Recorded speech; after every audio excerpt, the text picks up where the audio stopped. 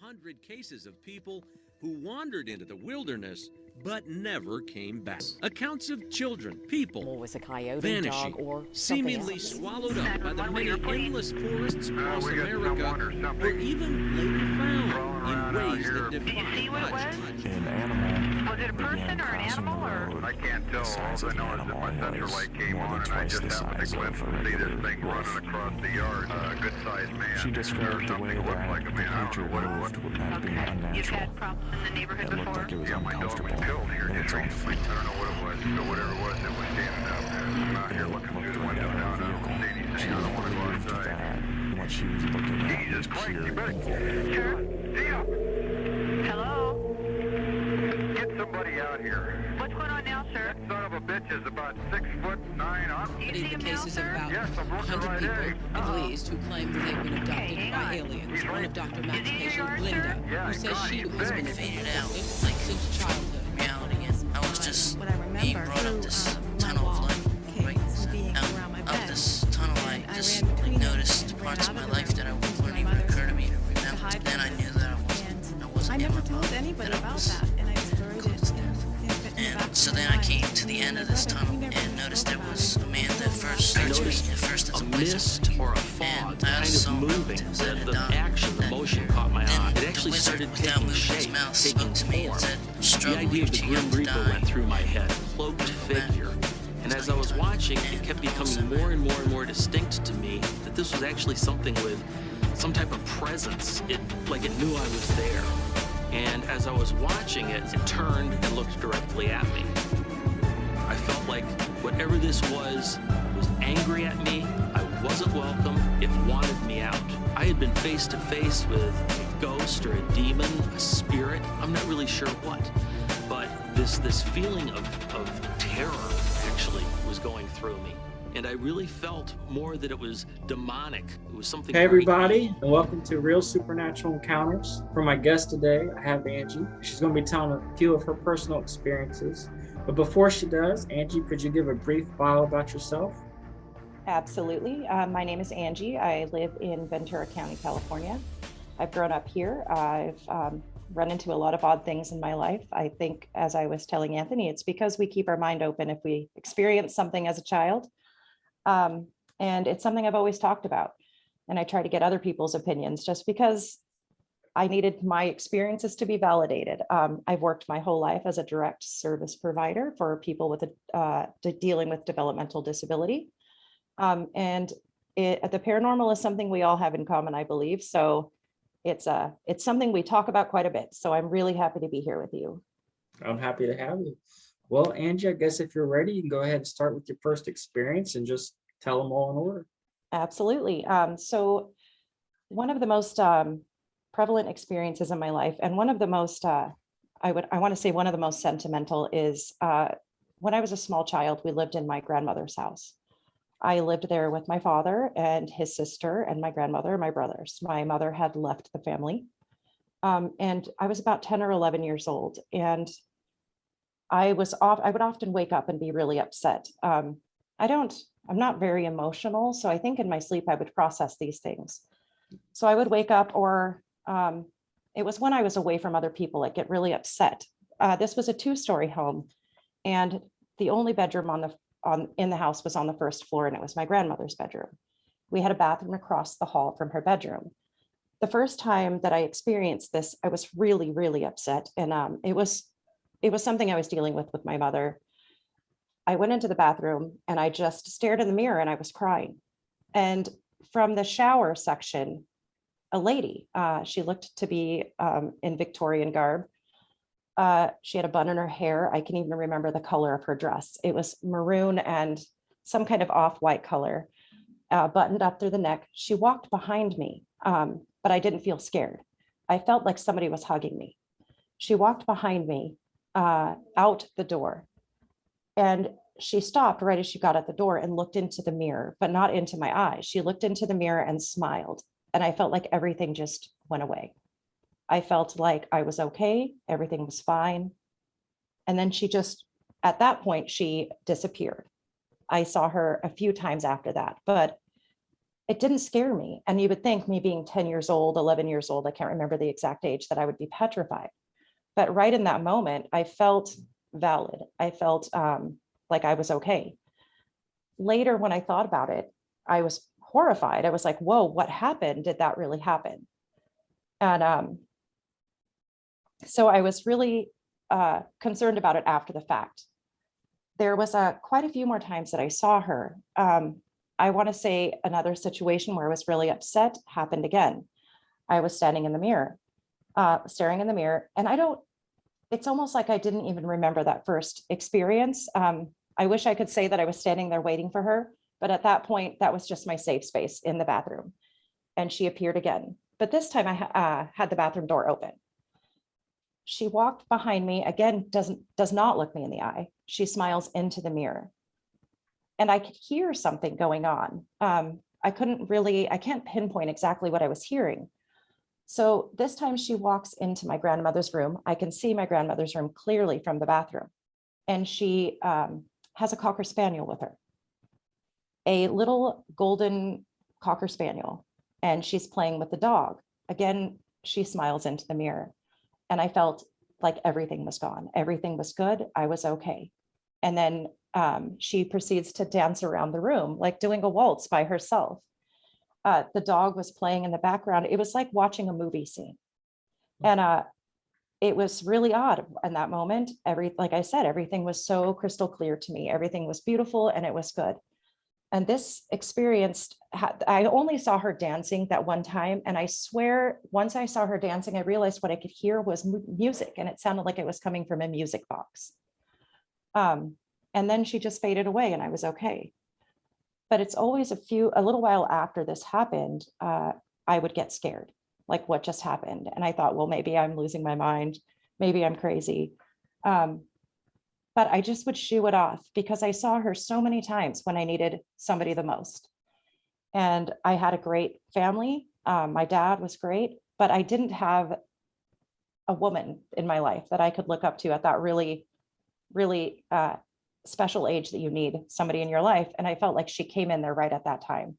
I couldn't talk to her. I couldn't tell her my stories, but her presence made it so much better. As I decided to write this down on Reddit because I just wanted to tell somebody, I haven't even I've told my daughters this story. I haven't spread this story around much because I don't want somebody to soil the story. So it's really hard for me to actually get it out there because I didn't want anybody ruining it, saying, you know what, that didn't happen. For me, it needed to have happened. I needed that. So right after I wrote the Reddit story, she popped back into my mind again. And I was thinking about her. And I don't know how long, I think I wrote it about a month and a half ago. A couple of days after, I fell asleep. I was in bed and I woke up and I had been crying. And again, I don't cry very often. I had been crying. I opened my eyes, I'm fully awake, and I hear somebody just say, shh. And I fell back asleep. I woke up 20 minutes later, absolutely knowing that happened. I don't know if that was just my mind playing morning tricks on me, me not being fully awake, but I felt comforted. And I'd like to think that she came back and she's always been with me. Maybe I can't see her anymore, but I still have that presence with me because it's really important. So I felt validated again when I heard that shh, because it was so special. And I felt, well, maybe it did really happen. Many years I tried to talk myself out of that happening. But as I got older, I realized it absolutely did happen. And in hindsight, I didn't know the woman. When I saw her face, I didn't know her. As I became more of an adult, especially as I became an older adult, I realized the woman, she looked a little bit like I do, in a different era. So I still have no idea who this woman could have been, where she was from, or why she even showed up for me. But it was a really special time. It wasn't terrifying. And I got really lucky to have that.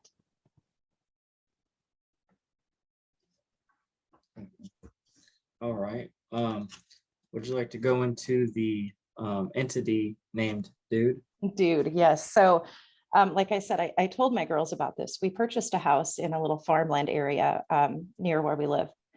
And my youngest daughter, she liked her dark. She liked the night mask. She liked to be pitch black when she went to sleep. She was a little princess. She was about 8 at the time. In the middle of the night, she started to get really scared. And we used to have a pocket door. So the pocket doors, you pull them out of the wall, and if you hit them, they swing. So this pocket door, she had a regular bedroom door, and on the other side was a pocket door that went to the kitchen. The kitchen was connected. It was the only part of the original house that was left, was the kitchen and the laundry room. She used to tell us that in the middle of the night, somebody would kick that pocket door and swing it. And that at first she was really brave and opened it, and she saw some horrible creature in the end of the hallway. I thought, I chucked it up to bad dreams. I didn't tell her that. I didn't want to make her feel like, you know, what she was saying wasn't valid, and that her fear wasn't real. And then my older daughter comes in and she tells her, "You're okay." And she's 15 at the time, so she knows what she's talking about. And she explains to her that if she looks out the window and that happens, she will see a boy walking around the house. And I'm like, "What are you guys talking about?" And she said, "There is a boy that walks around the house at night to keep us safe. He has dark hair, it covers his eyes. He's wearing a long black coat. And sometimes he sits on the swing set and just watches the house. But most of the time he's pacing in front of the bedroom windows, and that she would be okay if she just looked for this guy when this happened." So I'm just thinking maybe she's telling her sister something to make her happy. Not too long after, you know, my kitchen was connected to my daughter's bedroom, and it also looked out into that backyard. I'm in the kitchen doing dishes, and I see the swing moving, and then it's dark and there's no street lights out there. We're in a farm area. There are other houses on the side, but behind us is nothing but a field. I see the swing moving, and I see this boy swinging on the swing. He was I want to say teenager, older teenager, younger 20s. And he's just looking at the house. Alexis, my younger daughter, she said this door would swing and she'd see this monster all the time, but she was afraid to look out the window. So it turns out we all saw this boy separate times after my older daughter explained to us that he was there. So one time I hear the door getting kicked. Alexis is in bed. My older daughter's in her room, and I can hear this pocket door just being assaulted. And I open the door, and Alexis is in bed holding her head, and the door is swinging. And so we looked out the window, and sure enough, he was out there. I was not about to open that back door to see what was in the end of that hallway. We didn't live there for very long after. And after we left that house, we never saw him again. My daughter named him Dude because we had no idea where he came from, so we just call him Dude. But I feel like they had their protector similarly to how I had mine. That entity was what made my older daughter feel safe. And I feel like she never explained the horrors that my little one saw, but she acted like she had known, because she says, "It's okay. He will keep us safe." I wish I could have brought them on here with me so they could dive into it further, because it was a big part of their lives for, you know, a good 2-3 years. And then once we moved, it was done. It was gone, and we never saw him again. Okay. All right. Now, you were mentioning something about the abandoned St. John's Hospital. Yes, if there is anybody from this area, I'm a bit older. So the abandoned St. John's Hospital, there's currently a new St. John's Hospital. There was an old one in the middle of Oxnard. It said abandoned for a good long time. So people used to break in there. They used to have parties in there, used to go exploring. So everybody said it was haunted. Of course, we all say every hospital is haunted. It's just what kids do, you know, it's a haunted hospital. People died there. So one of the newspapers, it's got a new name now, but it used to be called the Ventura County, or the Starfree County Press. They decided to go in and do a little exposition with us to go through this haunted house. It was a big group of kids. We all went in at the same time. And we get in there. Of course, it's scary because we knew it was going to be scary. The lights are off. There's things everywhere. We get down into the morgue and we realize there's bags of saline everywhere. There's just weird stuff everywhere. So we go through this door and into where I want to say it's the freezer door area where the bodies were kept. I don't know. It was not a lot. There was a few of them in there. It wasn't a huge hospital. So we get in there after already being terrified. We've separated from most of our group, but in this room, there's one way in, and it's just a small area. We're in there with the reporter who's just writing things down. There was no filming at the time. She just wanted to see what we did in the hospital. We get in there and the door slams behind us. I believe there's about 5 of us in there. At this point, we freak out. But in the back of our minds, we're thinking a friend is playing a trick on us. Then we realize how we can see out the window and there's nobody out there. As soon as we get in there, we hear the intercom that is not supposed to be working. It just kept dinging. So at this point, we're really petrified. However, the lady we're with, who's an adult, she's like, somebody's probably just playing with the intercom, so don't worry about it. At that time, every single door opened at once and slammed. At the same time, I had never felt such fear in my life. I felt like every ounce of blood just drained out of my body and I couldn't move. And right after that happened, the door that shut behind us opened up. And I have to say that we just got out of there as fast as we could and never looked back. I never went over to explore that area anymore. Now, as an adult, I regret that, but I was a teenager at the time. So I'm really glad I didn't go back. We get ourselves into trouble when we don't know what we're walking into. And everybody that we left with that night had their own story. Everybody we walked out with, it wasn't like we walked out of there cheering because we saw something scary. Everybody walked out and was ghostly pale and nobody said a word. And we just walked away. And it was one of the most surreal experiences of my life because I had my little spirit things that were nice, and this was different. It was the most disgusting feeling I've ever felt in my life. Now, you have one more story to tell, and it's kind of a short one, but your Ouija board experience. Yes, slumber board Ouija board experience. I think a lot of young girls have an experience like this where we go to a slumber party and they pull out the Ouija board. Again, some of us are more open to things, and we went there and there was 5 of us. It was my friend's, I want to say it was her 12th birthday. It was her 12th. So this actually happened before the hospital. We decided to play with the Ouija board. We all sat down. I don't even remember how we started, but we got everything prepared how we were supposed to, the way the instructions said. But I didn't feel good. I did not like this feeling. Another friend of mine didn't want to do it, but we all were doing it. So we just went along with it. We started the Ouija board and the planchette, of course, moves. Of course, I think at first people were pushing it, just trying to make it scary. But then we decide it's not fun enough. We're not having any fun. So we take our hands off and the planchette moves. It doesn't spell anything. It just moves. So we panicked and then we got up and ran. However, we were told that if you mess with the Ouija board, you have to close it out. You have to close the Ouija board out. None of us did. So sometime later in the night, we decided to get brave again and replay with it so we could close it out properly. So we sit down, we put our hands on the planchette, and we didn't even get to ask a question. My friend starts sweating. She doesn't look good. She looks like she's going to vomit. And then all of a sudden my back starts burning. I'm sitting against a wall.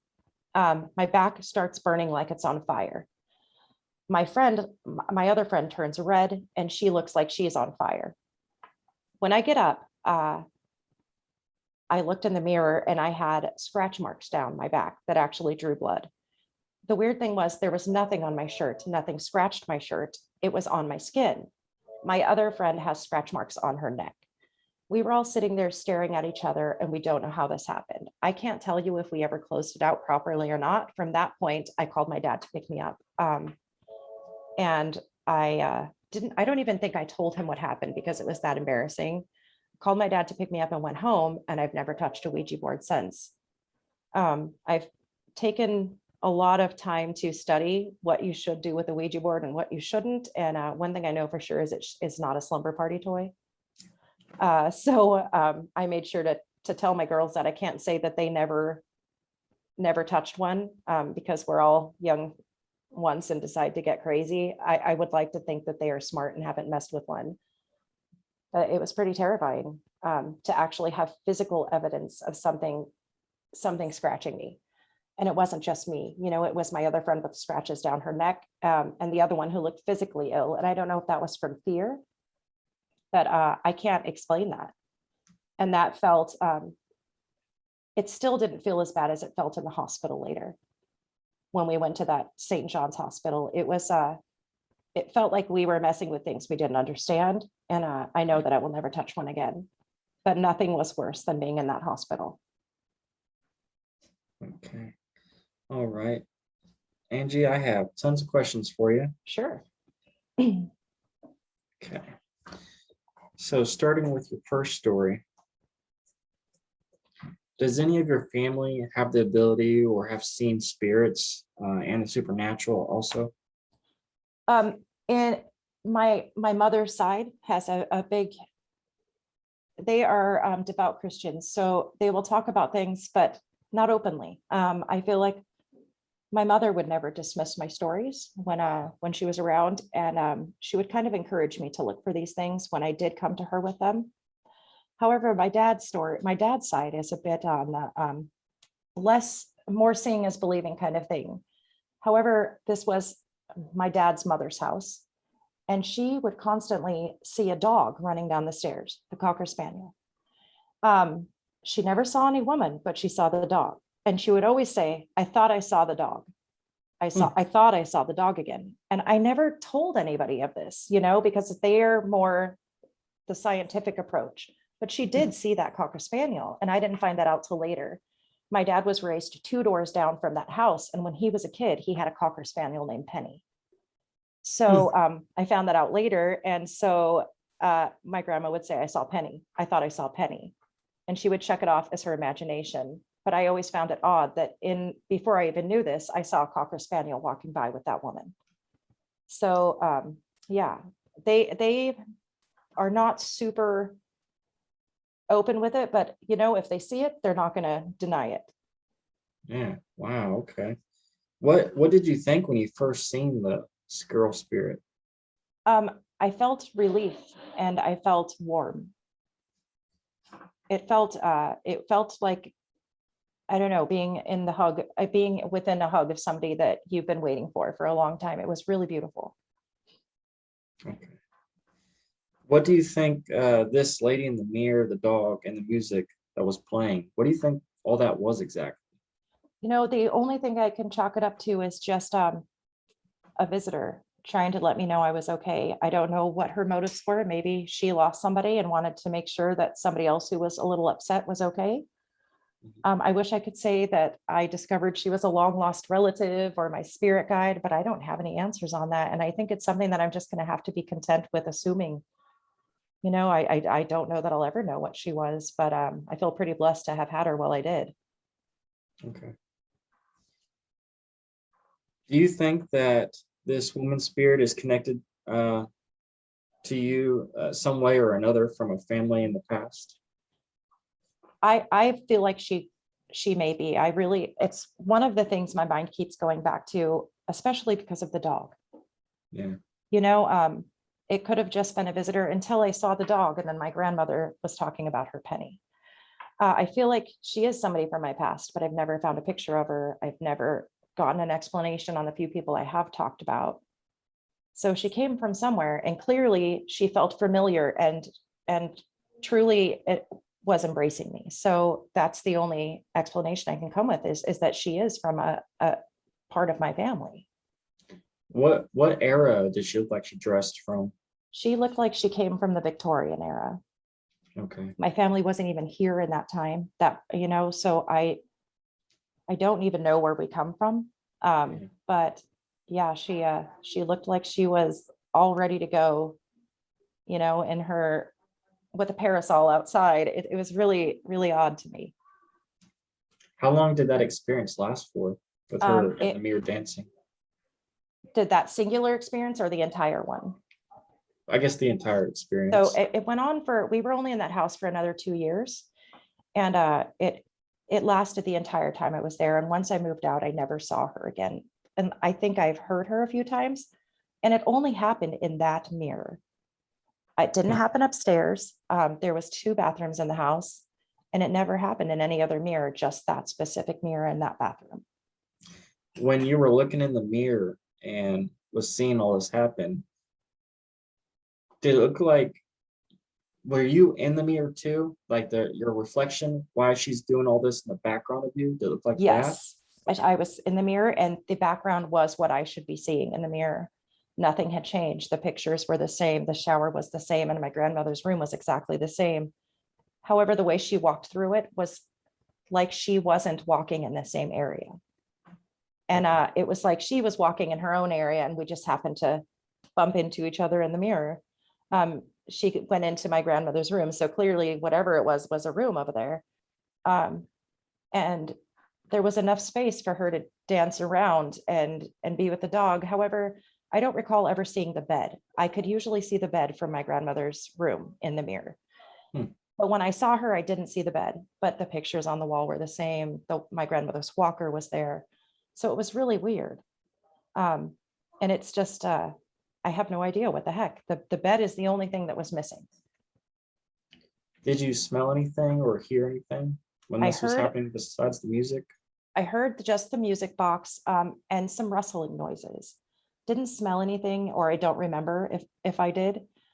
Usually I think smell is one of the first things that people get when but I didn't smell anything. Did you feel any kind of cold or warmth? No, just warmth, just the warmth. I felt like this warmth embraced me. And that's what the hug felt like. You know, there was no chill, no eerie feeling. It was all just good. Okay.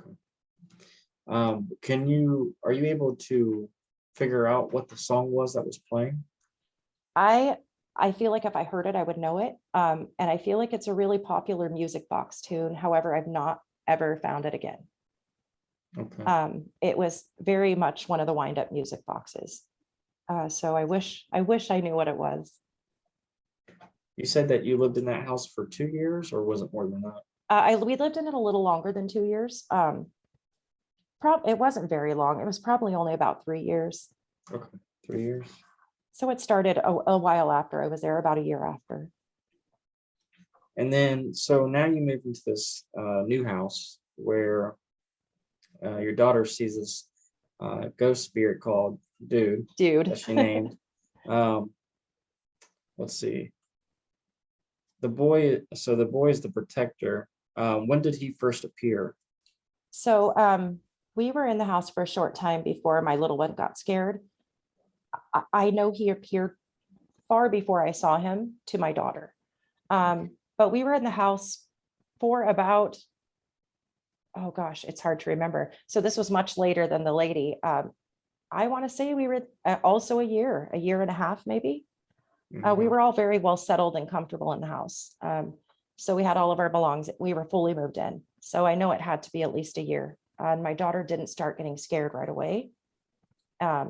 But my older daughter made it seem like she saw him from the beginning, but I never did. It took a good long time for me to see him after my daughter told us about him. So I believe that the first time the scary part happened was about a year and a half in, and I didn't see him for another 6 months. Now, do you think that he's the one that was kicking that door open? My younger daughter said no, because she said she could still see whatever was down there. And I always wondered that because I never saw it. She opened the door and saw it, and she said it was a monster, but she was little. And so I don't know what she saw. And it does make me wonder. I didn't feel horror when I saw him, but he wasn't in my home. Yeah. And it wasn't the same kind of feeling I felt with the lady. So I don't know what his intentions were. My older daughter seemed to think he was protecting us. And yeah, I have no idea on what his intentions were, just pacing around the house in the back. And I always want, At first I wondered, is it somebody real? But the swing was swinging and he just showed up. It's really hard to explain. I knew he wasn't corporeal. I knew he was not there in the flesh. Did he have any wounds or anything that made him look like he was deceased? The pallor of his skin. I couldn't see his eyes, but his pallor was almost gray. Okay. I couldn't see any wounds. He was covered completely in black. He had like I said, a long black coat, black pants, even his shirt was up high. So it's hard to say. But from what I saw, I didn't see anything. Now, how long did you say that you lived in that house for?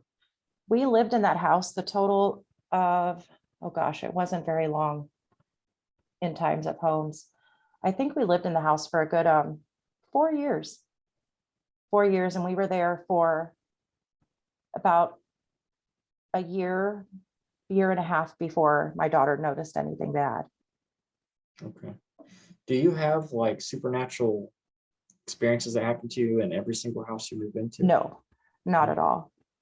I'm in a house now that my neighbor, we share it 2 stories, and the upstairs people are dealing with something at the moment, but it's not affecting me in any way, shape, or form. It's been plenty of houses without it. And just 2, or I believe it's just those 2 with the massive issues. Did you ever try to find any information on that boy? No, I tried to do a search on the neighborhood to see who was there, if anybody lived in that home, but it was in that area, it was not developed. There was nothing in that house prior to those houses being put up, which they went up in the 70s. Okay. And there was 2 families before us, and we knew where they went. So there was nobody that matched that description that lived in that house. And whatever was there seemed to be stuck in the old part of the house. The house had built forward, and nothing happened in the front part. The only time she saw it was in the back laundry area. That was the only old part of the house left. But I couldn't get any info. It would be easier now with the way computers are. At that time, it was like 2008, 9. I had to go to the library, didn't have my own computer set up, but I never found any information. Could you tell what era he lived in by his clothing?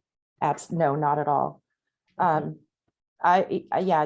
He was so covered in black, and he had a fitted coat, but that was it. I couldn't tell. He could have been from now, or he could have been, from 200 years ago.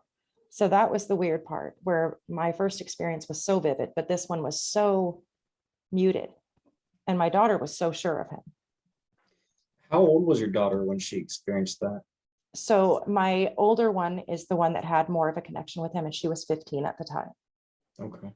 And then my younger one was the one that saw the bad things, and she was only, I say 7 at the time. Okay. Does she remember anything like of that story? She does. She remembers a little bit of it. She doesn't remember the boy as much, though. My older daughter remembers him. But when she thinks about it, she remembers the fear, and she remembers what she saw in the back of the house.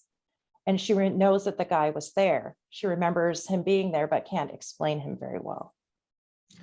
Did she ever finally tell you what this monster looked like? She just keeps saying a monster. It was just a pile of something that was evil. I don't know if it was some kind of something reaching for her. And even talking about it now, she's going to be 20 this year now. Even talking about it now, you can tell it scares her. It really scares her. She still sleeps with the lights on because of it.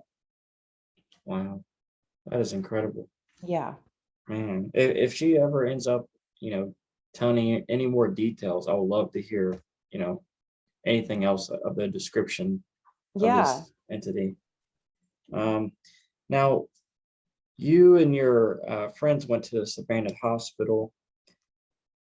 Do you still stay in contact with those friends?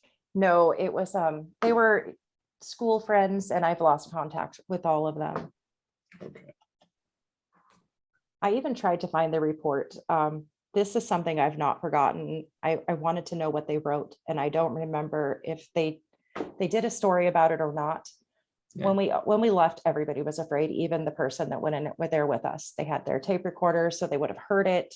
And I've never been able to find anything on it. And this was probably in 1993. Okay. So it's not as easy to look up the things, you know. So I'm gonna find that report one day. I'm not gonna stop looking, because I need to know everything that was written down, or what other people experienced. Now, after you left there, did you experience anything like, or actually not from there?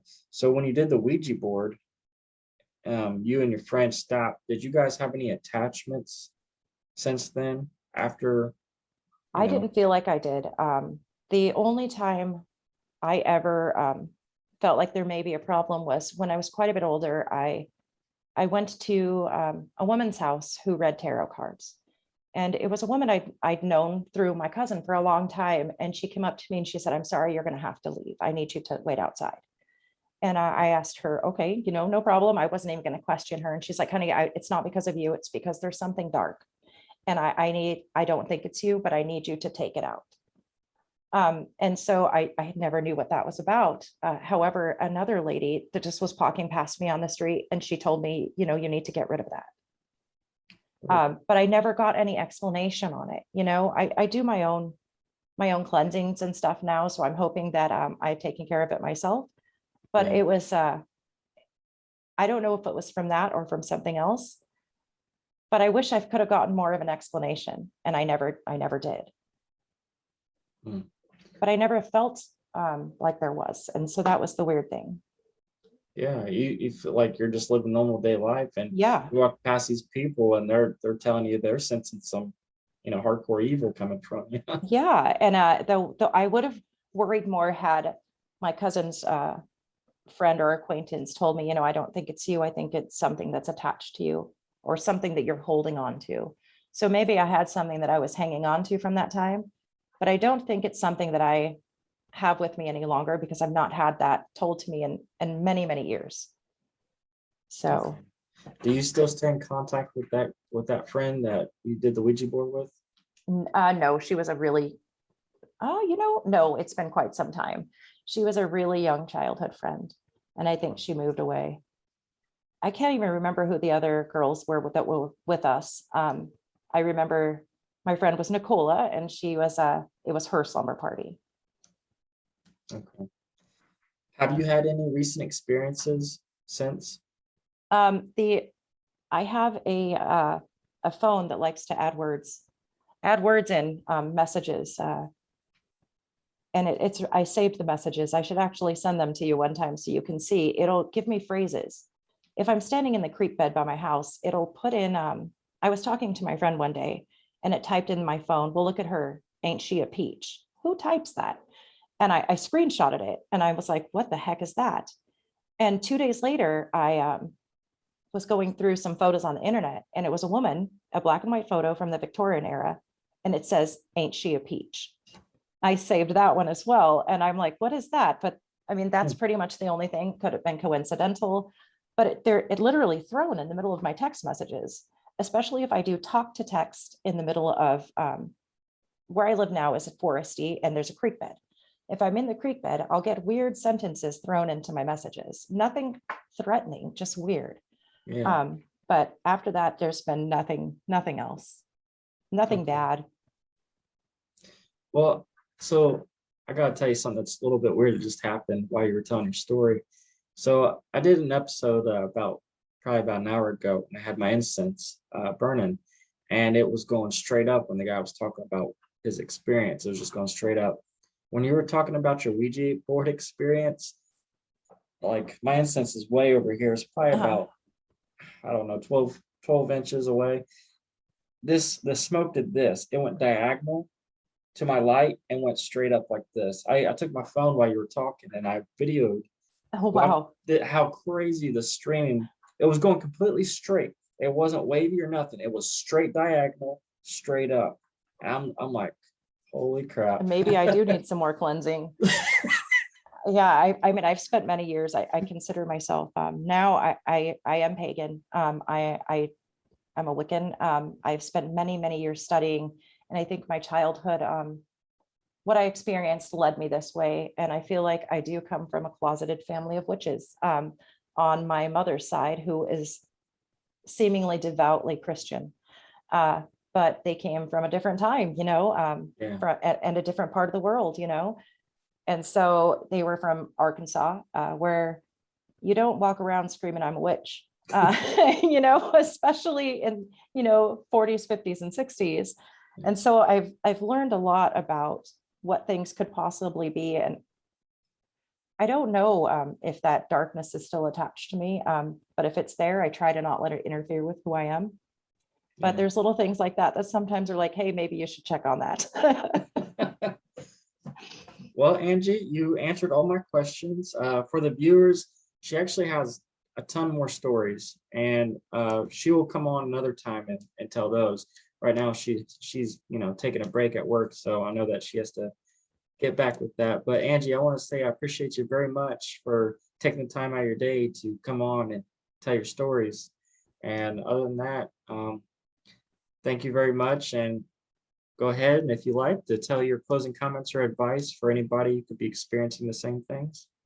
Well, thank you very much for having me on. I feel like it's important to not call things into your life when you don't know about them. Don't mess with spirits. Don't open a door and say, come in if you hear a knock on it. It's really important to understand what's around you, even when you can't see it. You could be asking for things that you never wanted in your life. And don't feel like you can't tell somebody. Do not feel dismissed. Keep telling people until they listen, because you may need help, and there's always somebody out there that will help you. So keep that in mind. Just because others don't see it doesn't mean it's not there. Yeah. And that's pretty much it. All right. Well, Angie, thank you again for coming on. Thank you guys for watching. It's been another episode of Real Supernatural Encounters, and we'll see you guys later. See you later. Thank you Angie. so much. Thank you. Bye.